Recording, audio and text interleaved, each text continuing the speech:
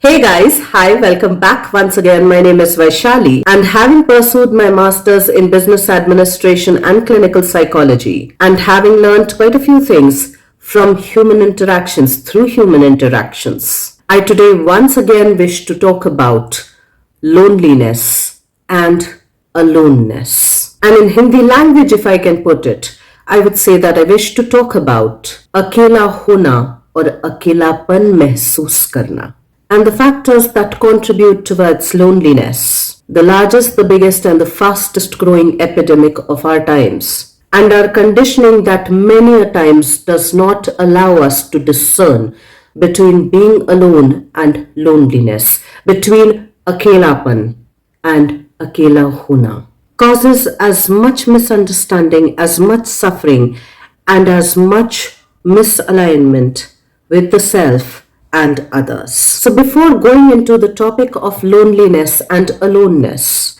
between Akelapan and Akela hona, let's try and understand our human conditioning. So when we were growing up, most of us have been taught about Pavlov's dog. Pavlov, the Russian psychologist, who had conducted an experiment with a dog. And I would be sharing the link of this experiment with this video. But to reiterate it, here was this dog who was being fed on an everyday basis like everybody else. And when he would see the food, he would salivate, or even while eating the food, he would salivate, like we all do, including humans. After a while, when the dog was being served with food, a bell would be rung. And in my understanding, quite naturally in the beginning, the dog would not make any connection, or would probably even find it weird that when the food comes in, the bell also rings, or when the bell rings, the food also comes in. And so, of course, like most experiments which are conducted over a longer period of time, the serving of the food and the ringing of the bell would go hand in hand for a period of time, which is where the dog started correlating the bell and the food together. And much later, when the dog was not served with the food, but the bell would still ring, the dog would salivate, because of the correlation between the sound of the bell and the food. Which brings us to a profound insight that the salivation of the tongue, the muscle memory of the tongue, and thereby the muscle memory of the brain, even when the food is not there but the sound of the ringing bell is there, happens on emotional, mental, and physical levels. And/or also happens on physical, emotional, and mental levels. It's also important to notice that had that outside stimulus not been provided, had that interaction not been made between the food and the dog, would the dog still salivate if the food was not there?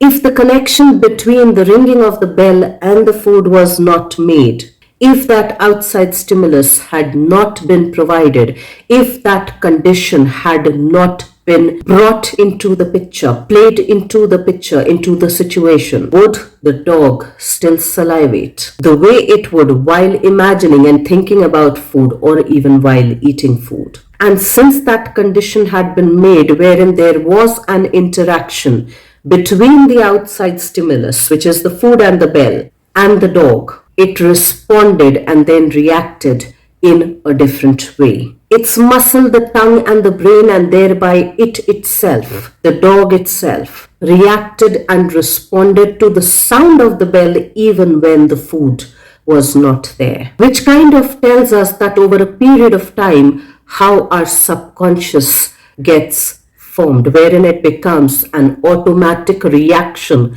to any external stimulus. It becomes so automatic that we don't naturally give it any conscious thought. We don't give it any conscious attention. So coming back to the topic, what I was trying to illustrate was that many a times, given our social conditioning, given that we are a social creature, we kind of get confused between aloneness, which is solitude by choice, momentary solitude by choice, and between loneliness. We kind of begin to think that people who do not have many social connections are quite lonely, which is where we begin to get confused with regards to quality and quantity. Quality over quantity or quantity over quality, which is where we begin to think that if we are surrounded by too many people or a lot of people, we will not experience loneliness, or the other person who's surrounded with a lot of people is not lonely. And given that social conditioning, given the parameter that we are a social creature, we kind of begin to think that अकेले लोग अकेलापन महसूस करते हैं. That people who prefer to stay alone, or at least prefer to have moments of solitude for themselves, are quite lonely people, which at times cannot be farther away from the truth. So people who've studied loneliness have kind of identified a few factors that exacerbates loneliness. The quality of our connections. The deeper, the genuine, and the more meaningful connections we have, even if they are fewer in number, the lesser chances we have about feeling lonely. And when we talk of deeper, meaningful connections, it's a very subjective reality. It is where we feel a sense of belonging,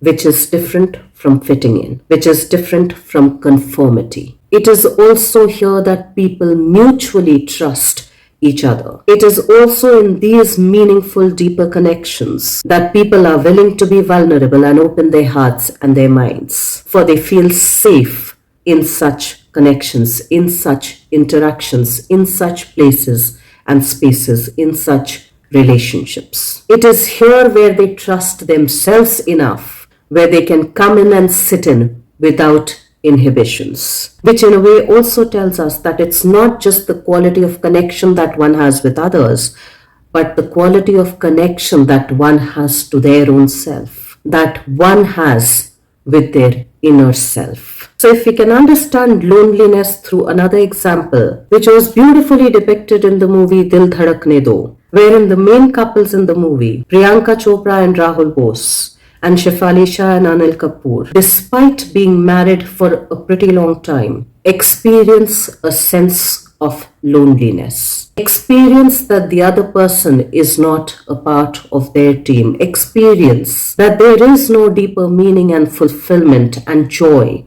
in their partnership, in their marriage. That there is no sense of connectivity and vulnerability and a sense of belonging within that relationship. And to a degree, it kind of also reflects their own individual relationships with themselves, with their inner self. It shows the quality of relationship within the team members, in between the team members as a couple, in between the parent-child relationship.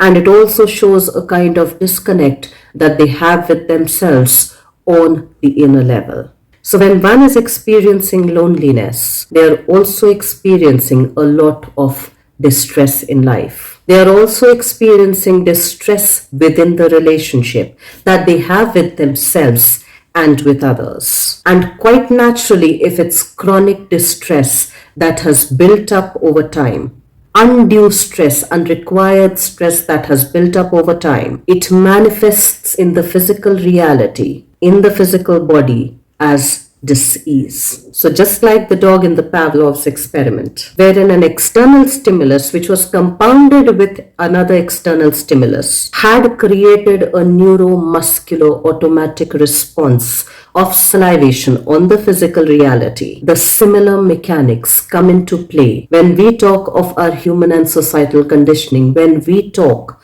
about loneliness, when we implicitly say that there is a sense of meaninglessness, joylessness, and mundaneness that one is experiencing both on personal and on interpersonal levels. That there is a kind of distress that has chronically built up. So loneliness is then definitely not about being alone, but rather it's a very subjective reality. It's a psychological reality that very gradually seeps into our neuromuscular system, that seeps into our physical body. And if the researchers are to be believed, loneliness which causes more distress is far more fatal than smoking cigarettes. So meaninglessness, joylessness, and mundaneness, or stuckness and stagnation, are more fatal to us than smoking cigarettes. Which is not to say that one should smoke cigarette because it's healthier compared to loneliness, but rather to look at it very objectively and address it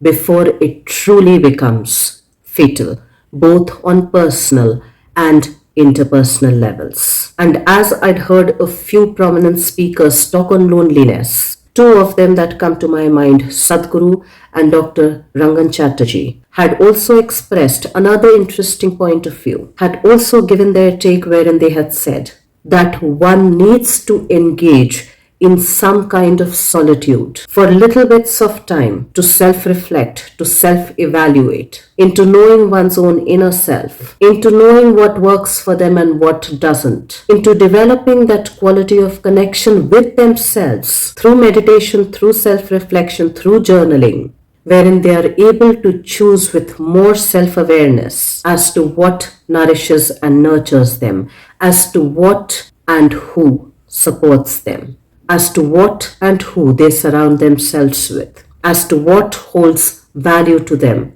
and who holds them as valuable. For in their point of view, if we have not self-reflected, if we have not self-evaluated, we would never know ourselves to a degree outside of the social contacts. We would never even hear our own voice, for we would be constantly surrounded by the noise and the opinions outside and of the outside world, which acts as a stimulus, thereby creating and generating an automatic reaction. And if we barely know ourselves, we cannot truly make a choice that we can truly call our own. A choice that's consciously and deliberately our own. And if loneliness is the new epidemic, the pandemic, not helpful for our psychological, our physical, and our relational health, we might as well first start to understand the difference between loneliness and choosing to be alone for periods of time. Because without having a discerning understanding of the two, without understanding the difference between the two, we would never come to a choice point with regards to what's healthy and unhealthy, with regards to what's meaningful and meaningless, with regards to what's joyful and what's stressful. And if loneliness is far more fatal than some kinds of addictions, and if loneliness is also one of the points or one of the factors that drives or pushes people towards some kind of external addiction, which quite naturally has an impact on the physical system, let's then try and understand its true meaning. Let's then truly become aware that Akela Hona and Akelapan, despite being surrounded by people, are not one and the same thing. That maybe our well-being is compromised when we have not taken the time to get to know ourselves a little better, when we have not taken the time to develop a more meaningful and a more connected relationship with ourselves and with others. That we have not taken the time to trust ourselves enough to be able to sit with ourselves, so that we trust ourselves to be able to sit with the right people who help us grow in nurturing, nourishing, caring, and supportive ways. Let's try and reflect on that. Let's try and understand that. And I will see you once again the next week. Till then, stay tuned in. And if you do like the contextual content of these videos, please do like, share, and subscribe.